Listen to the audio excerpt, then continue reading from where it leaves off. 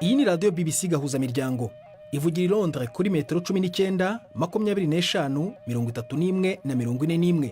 Ivugira ku mirongo ya FM mu karere k'ibiyaga bigari no kuri interineti kuri bbcgahuza.com.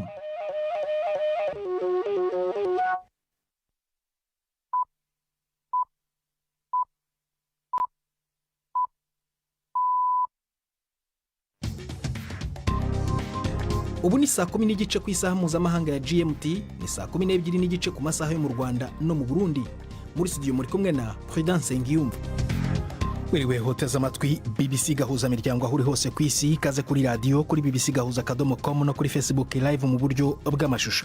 Dore ingingo zigenzi z'amakuru turambora mu kanya kuri uyu wa mbere tariki ya 11 z'ukwa 11. Guverinoma y'u Burundi iravuga ko iri mu nzira zo gutahukana abarundi babarirwa muri mirongo batawe muri yombi muri Zambia.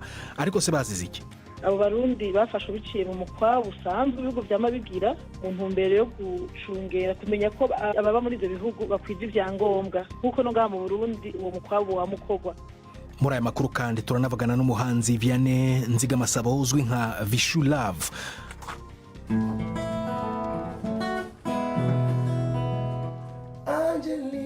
Nasohoye album yitwa Ikete, ibaruwa mu Kirundi abantu bacu bakera bacavyumva. Uraza kumva bikubiye muri zo ndirimbo yise Iketero cyangwa ibaruwa mu kanya. Muri aya makuru ntibagirwe n'imikino. Muri aya makuru yabona Ive Bucyana ayobowe na kona Nina Iradukunda.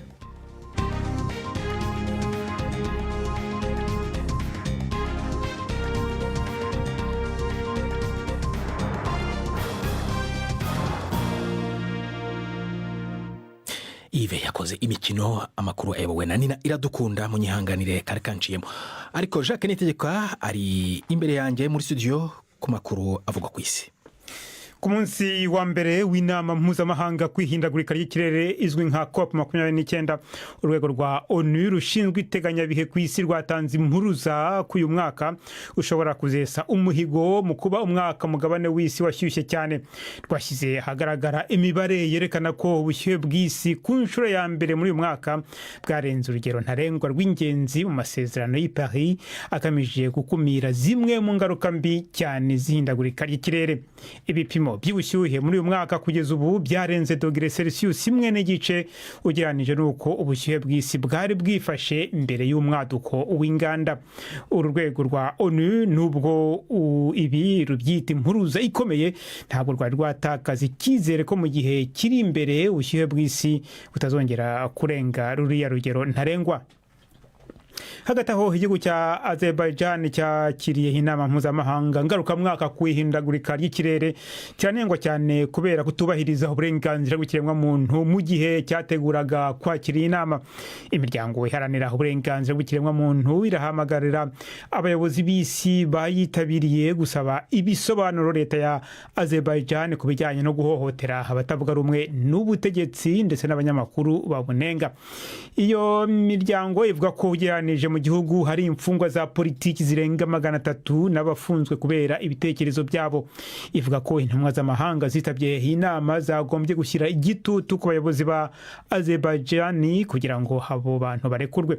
Ariko ushinzwe ububanyi n'amahanga muri iki gihugu Hikmet Yajiyev yavuze ko hababajwe n'icyo yise ibikorwa bibi byibasiye igihugu cye, avuga ko ari icengeza amatwara ryuzuye umwanda ryateguwe neza. Yongeyeho ko ibibazo nk'ibi bizaremerera gahunda y'inama mpuzamahanga kwihindagurika ry'ikirere. Abatavuga rumwe n'ubutegetsi mu birwa bya Maurice barasa n'abarimo gukoza imitwe y'intoki ku butegetsi nyuma yaho Minisitiri w'Intebe Pravind Jugnauth yemeye ko yatsinzwe mu matora y'abadepite yabaye ejo ku cyumweru.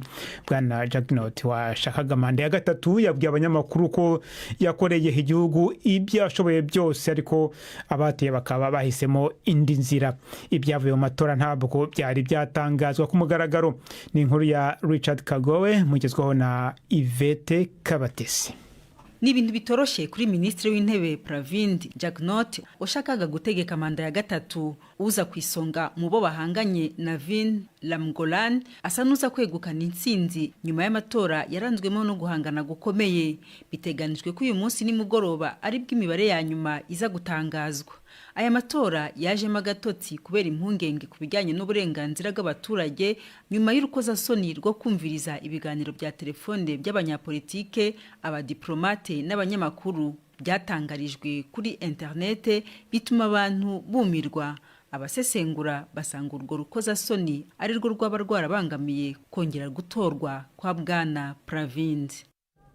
Minisitiri w'intebe wa Espagne Pedro Sanchez yatangaje ko indi nkunga ingana na miliyari 4 z'amadolari igiye gutangwa kugira ngo ifashe mu bijyanye n'ingaruka z'imyuzure ahitanye abantu mu burasirazuba bw'igihugu hashize hafi by'umweru 2. Mu cyumweru gishize yatangaje icyiciro cya mbere cy'inkunga n'inguzanyo bifite agaciro ka miliyari 11 z'amadolari. Abantu barenga 220 bahitanywe n'imyuzure yaje itunguranye maze yibasira Valencia n'uturere tuyegereye. Abahanga bavuga ko ubushyuhe bukabije bw'umubumbe w'isi butuma ibintu nk'ibi bishoboka cyane kandi bikagira ubukana bwinshi. Irani yatangiye gushyira mu bikorwa gahunda yo kugabanya ikoreshwa ry'umuriro w'amashanyarazi muri Teheran no mu zindi ntara kubera ikibazo cy'ibura ry'ibitoro bikoreshwa n'inganda zikora umuriro w'amashanyarazi. Ni inkuru ya Sebastian Asha mugezweho na Jean-Claude Mwambutsa. Abategetsi ba Irani bavuga ko guhagarika ingufu z'amashanyarazi mu gihe runaka bigamije kugabanya imyuka ihumanya, ikintu cyakomeje kuba kimwe mu bibazo bibangamiye ubuzima mu mijyi imwe n'imwe, cyane cyane umurwa mukuru wa Tehran. Uduce dutandukanye twa Tehran tuzajya tubura umuriro ku buryo busimburana mu gihe cy'amasaha 2. Ibyo bikazajya biba hagati ya saa 3 za mu gitondo na saa 11 z'umugoroba. Guverinoma yasabye ibigo by'ingufu z'amashanyarazi gukoresha ingufu za gaze aho gukoresha ibikomoka kuri peteroli kugira ngo hagabanywe ibyuka bihumanya biterwa n'ibikomoka kuri peteroli bifite ubuziranenge bwo ku rwego rwo hasi. Ikigo gishinzwe amashanyarazi muri Iran ariko cyo kivuga ko gifite ingufu zidahagije zibikomoka kuri gaze, ari nabyo byatumye biba ngombwa gushyiraho uburyo bwo guhagarika amashanyarazi rimwe na rimwe. Iki cyemezo ngo gishobora kurushaho kuzamura uburakari bw'abanya-Irani bakomeje kubangamirwa n'ibura rya hato na hato cy'ingufu z'amashanyarazi mu gihe cy'uruzuba rukaze rw'impeshyi. Umuryango mpuzamahanga uharanira uburenganzira bw'ikiremwamuntu ku isi Human Rights Watch wahamagariye Ubwongereza muri uku kwezi buyoboye akanama ka ONU gashinzwe umutekano ku isi gusaba ko hoherezwa ingabo muri Sudani zo kurinda abaturage b'abasivile. Ibi bije nyuma yaho havugiwe ubwicanyi muri leta ya Al Jazeera aho abaturage babarirwa muri 40 bishwe naho abarenga 100 bakavanwa mu byabo n'ibitero by'inyeshyamba zo mu mutwe wa Rapid Support Forces igihe umwe mu bari bashyigikiye yari amaze kuzivamo. Hagati aho itsinda ry'impuguke za ONU ubu ziri muri Sudani aho zajyanywe no gukora iperereza ku byaha by'intambara bishinjwa umutwe wa Rapid Support Forces muri Darfur. Iri tsinda ryamaze guhura n'akanama gashinzwe kugenzura y'ubuhahiriza ry'icyemezo cya ONU kibuza amahanga guha no kugurisha intwaro muri ako karere. Urakoze Jacques Nitegeka kuri ayo makuru ya BBC.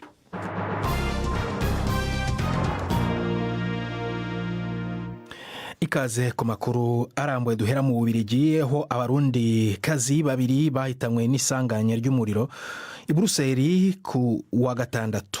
Iryo sanganya rikaba ryaradutse mu nzu y'igorofa igeretse abo mu karere ka Anderlecht mu mujyi wa Buruseli aho bari basanzwe batuye. Mu gipolisi bavuga ko amatohoza y'icyateye ibintu ashobora gufata igihe kirekire.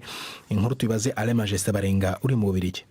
Mu gicugu hafi y'isangwi z'ijoro ku munsi wa gatanu ushira ku munsi wa gatandatu niho inkongi y'umuriro yibasira inzu y'igorofa iri hagati mu mujyi wa Buruseli umugwa mukuru w'Ububiligi muri komine ya Anderlecht. Iyo nzu yari isanzwe bamwe abantu benshi bagwiriyemwe abanyamahanga yatanguye gusha mu gice cyo hasi imbere y'uko umwotsi mwinshi n'urubeya bitandukira ibindi bice. Amakuru twaye n'igipolisi cy'u Buruseli yemeza ko abahita aribo batanguye gutabara kuko abenshi muri iyo gorofa bari muri rinini basinziriye. Ubona ko n'amasaha yarakuze. Walter Derrier avuga igipolisi kijeje gukinga impanuka yabwiye BBC gahuza miryango ko bahashise kare baragerageza kuzimya no kurokora abashoboka, ariko bageze mu nzu zo hejuru basanga ko ari abantu batatu bitavye Imana barimwo abagore babiri b'urukuba rwirabura bashobora kuba bafise amamuko muri Afrika. Ku munsi wa gatandatu ku mugoroba niho abitavye Imana babiri bahavuye bamenyekana akaba ari abarundikazi babiri, Masika Sandra w'imyaka 20 na Muco Steve Breta w'imyaka 27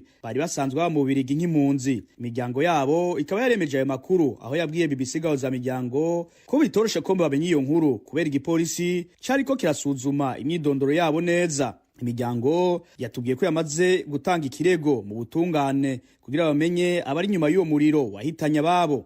Nayo mu gitondo cyo kuno wa mbere tubaje muri parike nkuru y'i Buruseli batubwiye ko amatohoza ashobora gufata igihe kubera abaganga batsuzuma abitavye Imana médecin légiste mu gifaransa bataratanga icegeranyo cose. Ikindi ngo nuko hari umugwi w'abahinga mu nyubako bari kwakorana n'igipolisi mu gusuzuma uko iyo nzu yari yubatse. Masika Sandra na Muco Stefi bari basanzwe bakora mu ruganda rutunganya inyama rwitwa Viangro aho nyene muri commune ya Anderlecht.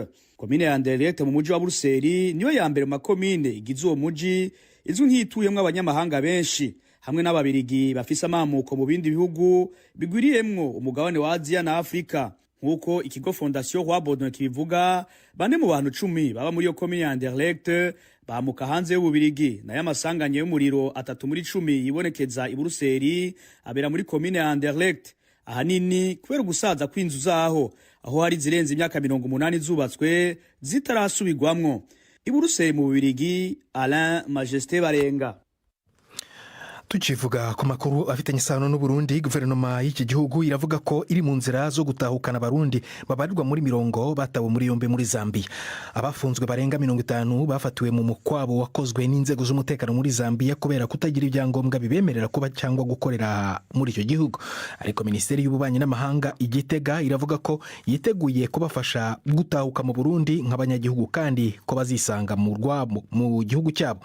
Twashatse kumenya ibindi kuri iyi nkuru mvugana na Ines Sonia Niyubahwe, umuvugizi wa Minisiteri y'Ububanyi n'Amahanga, nabanje kumubaza niba icyo kibazo bakizi ndetse n'umubare w'abafunzwe.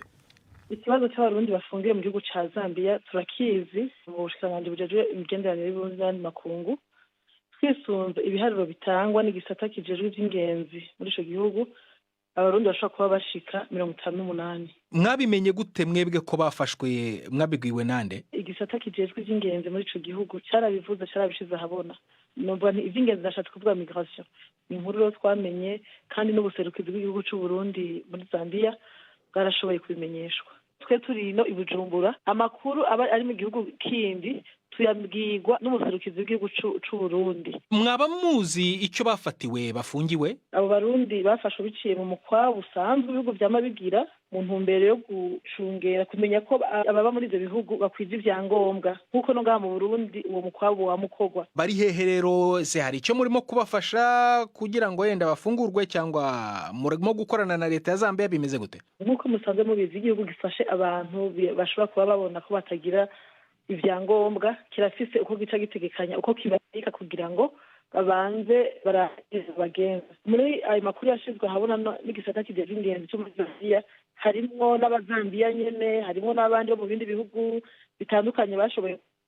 Nababwiye ko ubuserukizi bw'igihugu cy'u Burundi muri Zambia bwamaze kubwirwa ico buri bukore, babasavye yuko boca begera abo mu gihugu ca Zambia, abategetsi bacu bakaganira ingene abo barundi bashobora kuronswa ivyangombwa bibemera gusubira gutaha mu gihugu cy'u Burundi. Bamaze kuronka ivyangombwa ngira ngo hazoheza hace higwa ibikurikira vy'ingene botaha. Ubu noneho mu gihe bataratase aho bari, murimo kubafasha aho barimo bafungiwe cyangwa barimo kwirwanaho? Gushika ku munsi wa gatanu uheze amakuru twari dufise bari mu minwe y'ubutegetsi bwa Zambia, no kuvuga ko bari mu minwe myiza kuko leta murayize ko yamara imvyeyi na leta y'ikindi gihugu n'ivyeyi. Twari tuzi neza aho bari dufise umutekano kuko bari mu minwe y'inzego zibijejwe z'igihugu ca Zambia. Nta kindi kibazo kihariye bafite cya kubona ababunganira mu mategeko cyangwa cyo kugirirwa nabi aho bafungiwe? Oya, byo kuburana ari ibintu bidakenewe kuko uyo mukwabu ni ikintu gisanzwe mu bihugu byose biba, no ngaha mu Burundi bihora biba kuko mu bisanzwe nkuko mubizi nta gihugu cemerera bene igihugu baba ku butaka bwaco batagira ibyangombwa.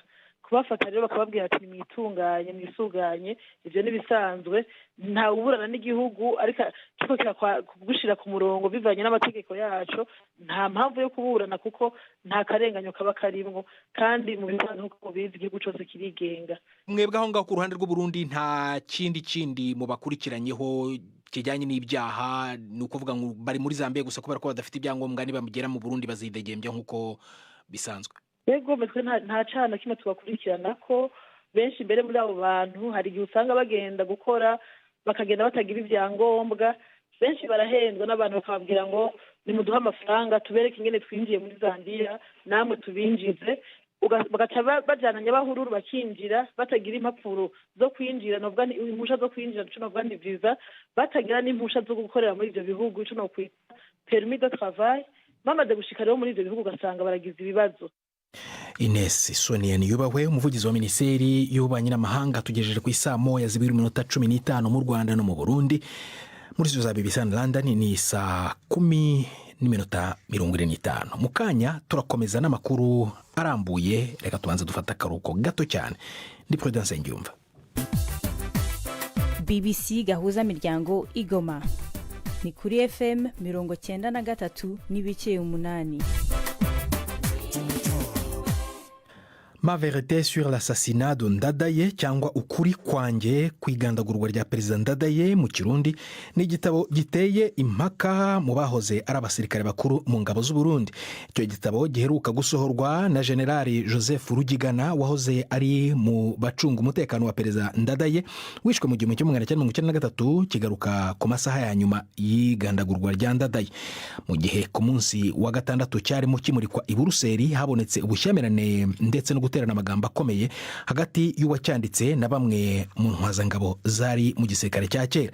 Alain Majesté Barenga yakurikiranye imurikwa ry'icyo gitabo i Buruseli. Natangiye mubaza igituma abari abasirikare bakuru mu 1993 basa n'abadahuza ku bikirimo. Igitabo ahanini yakigaruka ku itariki 21 ukwezi kw'icumi 1993, umunsi Melchior Ndadaye yagandagurwa. Wacanditse ni General de Brigade Joseph Rugigana. Icyo gihe yari secrétaire ya lieutenant, akaba yari mu basirikare bajeje gucungera ikirimba cy'umukuru w'igihugu. Rero ibintu agaruka ku masaha ya nyuma Melchior Ndadaye kuva ikirimba cy'umukuru w'igihugu gitewe, ukuntu yagerageje kumucikisha cyangwa kumuhungisha abasirikare yabonye baje gutera ico kirimba, aho yabuze n'amasaha ya nyuma n'abasirikare bakuru yabonye ico gihe mu 1993 gushika Ndadaye atanzwe. Ikinini gitera impari ni abasirikare bavugwa harimo n'abagirizwa urupfu rwa Ndadaye, amazina amwe avuga ahadoma ko urutoki bamwe. Rero nico bica bitera impari. Ni biki bidasanzwe byabonetse mu imurika ry'icyo gitabo? Ibintu bidasanzwe byabonetse mu imurika ry'iki gitabo, ubwa mbere ho n'abasirikare bakuru bavugwa bagize uruhare muri iryo gandagurwa baje. Aha novuga nka Alfred Nkurunziza, ico gihe ari major ni Colonel Alfred Nkurunziza, yabaye n'umushiranganje w'ukwivuna basi. Mu gitabo bamuvuga ko inshuro 23 aho bamuvuga nk'umwe yagize uruhara mu igandagurwa rya Melchior Ndadaye. Colonel Alfred Nkurunziza no munsi wa mu gihugu ca Australia, akayavuye mu gihugu ca Australia aje kubeshuza ibiri muri iki gitabo, aho yahahuriye n'abandi bahoze ari ntwazangabo mu gisirikare ico gihe. Turavuga nka Lieutenant ngo Birakiza nawe nyira buvugwa muri ico gitabo, we yanafunzwe n'imyaka 10. Ukindi kibonekeje nuko umuntu nka General Gachuponsi Gachubwenge yahoze ari umushikiranganje w'ukwivuna basi, asanzwe ari mu buhungiro ngaha mu gihugu cy'Ububirigi kuva igerageje ryo guhirika ubutegetsi mu 2015. Ata muntu yari bwabone afata ijambo, nawe nyine yari yishikiye ngaho. Ahanini ya rero abenshi mu basirikare na cyane basomye ico gitabo bari baje gukenguza no guhaririza General de Brigade Rugigana cyane byanditswe igitabo, aho bavuga ko harimo ibinyoma yababesheye. Ikindi kibonekeje nuko haba impari nyinshi cyane, gushambirana haba indani aho igitabo kiko kiramurikwa gushika hanze, aho ari na bamwe bateranye amajambo mabi biturutse kuri iki gitabo. Generali Joseph Rugigana ko bizwi ko ari we wahungishije Perezida Ndadaye mbere yuko yicwa, impaka zishingira hehe? Impaka zishingira kuri General de Brigade Rugigana uvuga ati jewe iki gitabo ndababwiye n'ukuri kwanje niboneye, nije nakuye Melchior Ndadaye ndamukura ahari ku kirimba igihe cyari cyatewe, barandasako ndaca ahantu hose ndamuhungisha gushika ndamushikanye mu ikambi ya cungera inzego, hanyuma ndabona abasirikari bamwe bamwe bakiriho n'uno munsi bagize uruhare mw'igandagurwa ryiwe bampaye mu bantu babagandagura ati uku ni ukuri kwanje. Ku rundi ruhande rero ntibahakana ko General de Brigade ariwe yahungishije Melchior Ndadaye ico gihe amushira no mu ca kiduga kitamenwa n'ibikoho kitwa blende, ariko bakavuga ati warashizemo ibintu atari byo, ugomba kwambika ibara, ahubwo urupfu rwa Melchior Ndadaye bwo kwagirizwa wewe kuko nta musirikare mutoyi yofata ingingo atabajije abamutwara akahungisha umukuru w'igihugu kandi ari wenyine, ati ahubwo ni wewe watumye bamugandagura, saruwe b'abasirikare ubwo bamuhandagura. Le Majestin Barenga. Dusubire mu Burundi. Vianney Nzigamasabo, umuhanzi ufite ubumuga bwo kutabona, avuga ko bitamubuza gukora umuziki ku rugero ruhanitse. Uyu muhanzi uhimbwa Vishu Love aherutse no gushyira hanze urukurikirane rushya cyangwa album rw'indirimbo 20. Iyi album yise Ikete cyangwa Ibaruwa, irimo ubutumwa bugaruka ku bibazo bikomeye by'abahanzi ndetse n'imibano muri rusange. Judas Ihundimpundu yaramusuye aganira nawe adutegurira inkuru. Angelina, oya Angelina, sinshaka kuvyumva. Aha Vianney Nzigamasabo batazira Vishu Love canke mukali wa live music ariko aramvugiriza rumwe mu ndirimbo ziri mu rukurikirane aherutse gusohora. Umubonye ariko aracuraranga ntiwomenya ko afise ubumuga bwo kutabona neza. Intoke ziwe ntizihenda na gatoya kandi avuze ibintu bihanitse. Sinshaka kubyumva mukali Angelina urabikunda. Vishu Love ni umwe mu baririmbyi b'abarundi bake bazwi nk'abavuza umuziki w'ikibiriraho uri ku rwego rwo hejuru. Twaganiriye aransigurira ibijanye n'uru rukurikirane rushasha maze ambwira n'ubutumwa nyamukuru ashaka gutanga.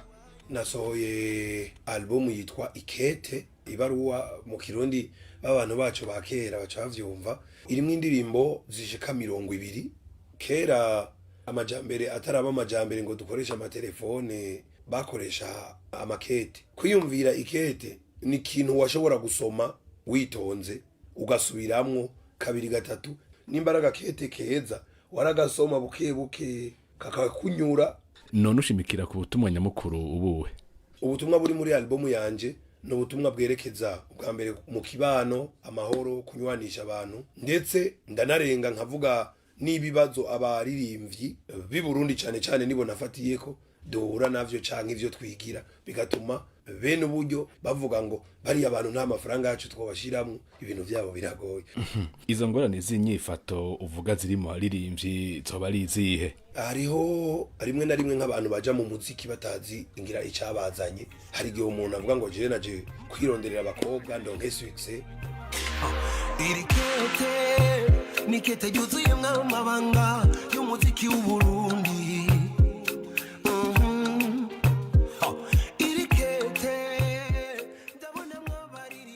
Mu gisagara ca Bujumbura abatari bako babajije usanga bazi izo ndirimbo Vishu Love aherutse gushira habona. Nk'uko bigaragarira mu ndirimbo aherutse gusohora, Vianney Nzigamasabo aremeza ko igisata c'umuziki mu Burundi gihanzwe n'ingorane nyinshi, ariko zimwe abona ko ziva ku baririmbyi ubwabo kubera bigenza nabi.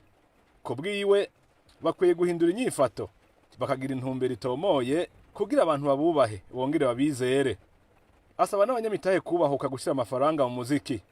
Ndashaka yuko abantu batangura kumenya ko umuziki novuga ngo ari kidandazwa kidahomba. Umuziki nuhomba kubera ko umuririmbyi nubwo aba yaritavye Imana, umuziki ubandanya uriho.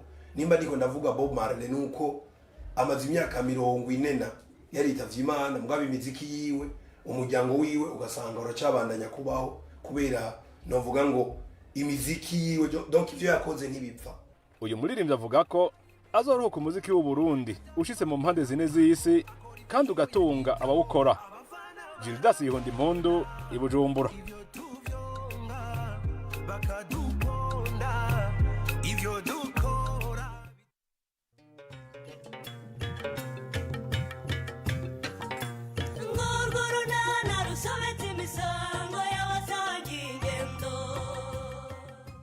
Mu kiganiro unana cyo kuri wa kabiri twabateguriye kutansobanura neza kuko ibyo winjiyemo uvuga utazavamo n'ibiki kuko nye. Mama uzi ko naraye ntasinziriye none nkaba mbyutse numva umutwe undya ndumva ndemerewe. ariko se kutambwira mwana wanjye kuko niki cyakubujije gusinzira? Hari ikindi kitari sori na kuko mama. Ye? Sori nayo kugize ati? Ni 12:45 kuri BBC. Hejuru rero reka noneho ijambo Yves Bucyana mu mikino.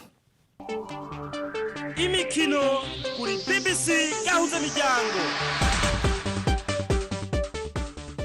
Abashuje mwese abateze amatwi BBC amakuru y'imikino nyahere mu Rwanda. Shampiyona y'igihugu y'umupira w'amaguru yarakomeje mu mpera z'icyumweru. APR FC ku munsi w'ejo yongeye gutungura abantu inganya na Rutsiro ubusa ku busa ku kibuga cya Pele i Nyamirambo. Iyi niyo kipe ikoresha akayabo k'amafaranga menshi mu Rwanda, ikaba yarashoye amamiliyoni ku isoko ryo kugura abakinnyi mbere y'uko shampiyona itangira. Gusa umusaruro mu kibuga ukomeje kuba muke hafi ya ntawo. Kuwa gatandatu mukeba wayo Rayon Sport yatsinze bigoranye Etincelle igitego kimwe ku busa. Umukino imisifurire yawo yanenzwe cyane n'abakunzi ba Etincelle bavuga ko umusifuzi yanze nkana igitego cyo kwishyura cyatsinzwe n'iyo kipe y'i Rubavu.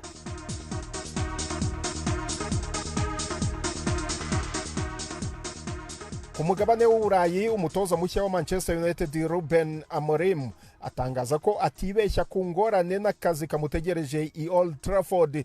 Uwo mutoza w'imyaka 39 yatoranyijwe na Manchester United anahabwa akazi ko kuyitoza mu gihe cy'imyaka 2 n'igice mu ntangiriro z'uku kwezi. Umukino we wa nyuma atoza ikipe ya Sporting Lisbon yawutsinze Braga, nayo yahoze atoza ibitego 4-2 mu gihe Sporting yari yatsinzwe 2-0.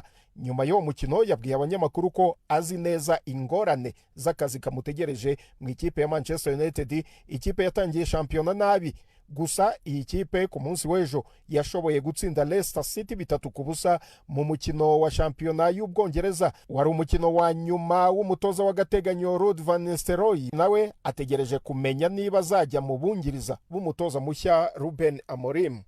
Nkiri muri shampiyona y'Ubwongereza kandi umutoza wa Arsenal Mikel Arteta yatangaje ko imvune abakinnyi be Bukayo Saka na Declan Rice bakuye mu mukino banganyijemo na Chelsea igitego 1-1 ziteye impungenge kubera ahanini uruhare aba bakinnyi bafite mu ikipe ye imaze iminsi icumbagira bitewe ahanini n'imvune zugarije bamwe mu bakinnyi be. Uko kunganya 1-1 na Chelsea kwasize Arsenal ku mwanya wa 4 mu gihe Chelsea iri ku mwanya wa 3. Amakipe yombanganya amanota 19. Liverpool ikomeje kuziyobora. Kuwa gatandatu yatsinze biyoroheye Aston Villa 2-0. Ni mu gihe Manchester City bikomeje kuyiyobera aho yatakaje umukino ku kibuga cya Brighton itsinzwe 2-1. Ni umukino wa 4 itakaje yikurikiranyije mu marushanwa atandukanye, bibaye ubwa mbere mu mateka y'ikipe itozwa na Pep Guardiola. Ubu Liverpool irarusha Manchester City amanota 5 nyuma y'umunsi wa 11 wa shampiyona. Nsoreze kuri Jose Mourinho yahagaritswe umukino umwe adatoza, anacibwa ihazabu y'amapawundi agera ku 15,000 kubera ibyo yatangaje nyuma y'intsinzi ikipe ye ya Fenerbahce yakuye ku kibuga cya Trabzonspor mu minsi ishize. Jose Mourinho yirutse mu kibuga na Serebeka akoresheje amavi yishimira igitego cya gatatu cyatsinzwe na Sofiane Amrabat gihesha Fenerbahce intsinzi ya 3-2. Umukino wamaze iminota irenga 100. Mourinho yanenze bikomeye imisifurire n'urwego abasifuzi muri Turukiya bariho. Ishyirahamwe ry'umupira w'amaguru muri Turukiya ryatangaje ko amagambo ya Mourinho atesha agaciro no gusuzuguza umupira w'amaguru muri icyo gihugu. Muri uwo mukino utaravuzweho rumwe, Jose Mourinho ntiyishimiye ko Trabzonspor yari mu rugo yahawe penaliti 2. Zombi zitangwa nyuma yo gusuzuma amashusho hakoreshejwe ikoranabuhanga rya VAR. Yanavuze ko ikipe ye yimwe penaliti mbere gato y'igitego cya Amrabat. Aha niho nsoreje amakuru y'imikino nari nabateguriye. Gendi Yves Bucyana. Urakoze Yves Bucyana, ni nawe utugejeje ku musozo w'ibiganiro byacu byo kuri uyu wa mbere. Gusa mbere kuva muri studio nakubwira ko guverinoma y'u Burundi ivuga ko iri mu nzira zo gutahukana abarundi bagera kuri 58 bafatiwe muri Zambia bazira ko baba muri iki gihugu nta byangombwa bibemerera kuhakora bafite. Amakuru ushobora no kongera kwasanga kuri bbc-gahuza.com. yarayobowe na Nina Iradukunda, twafashijwe na Derek Clark ku buhanga bw'ibyuma kugira ngo amajwi akugereho ameze neza. Gende Prudence Ngiyumva wakoze guhitamo BBC gahuza miryango kuri uyu mugoroba na hejo.